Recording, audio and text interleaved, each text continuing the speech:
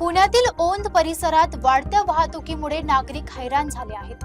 विशेषतः डॉक्टर बाबासाहेब आंबेडकर चौक आणि मेडी point hospital चौक येथे सकाळ संध्याकाळ मोठी वाहतूक कोंडी होते।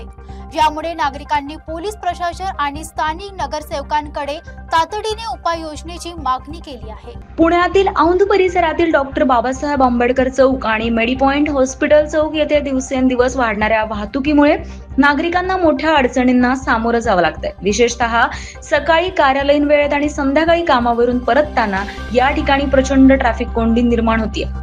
या चौकांमधून दररोज हजारो वाहनांची ये-जा होत असल्याने वाहनांच्या लांबच लांब रांगा लागतात आणि त्यामुळे वाहन चालकांचा वेळ वाया जात असून अनेकांना उशिराने गंतव्यस्थानी पोहोचावं लागतंय। एवढंच नाही तर पादचाऱ्यांनाही रस्ता ओलांडताना मोठा धोका पत्करावा लागतोय। स्थानिक नागरिकांच्या मते या चौकांमध्ये वाहतूक नियंत्रणासाठी पुरेशी व्यवस्था नसल्याने समस्या अधिक गंभीर होतीये आणि त्यामुळे या ठिकाणी तातडीने सिग्नल व्यवस्था कार्यान्वित करावी आणि वाहतूक पोलिसांची नेमणूक वाढवावी अशी मागणी नागरिकांकडून करण्यात येते।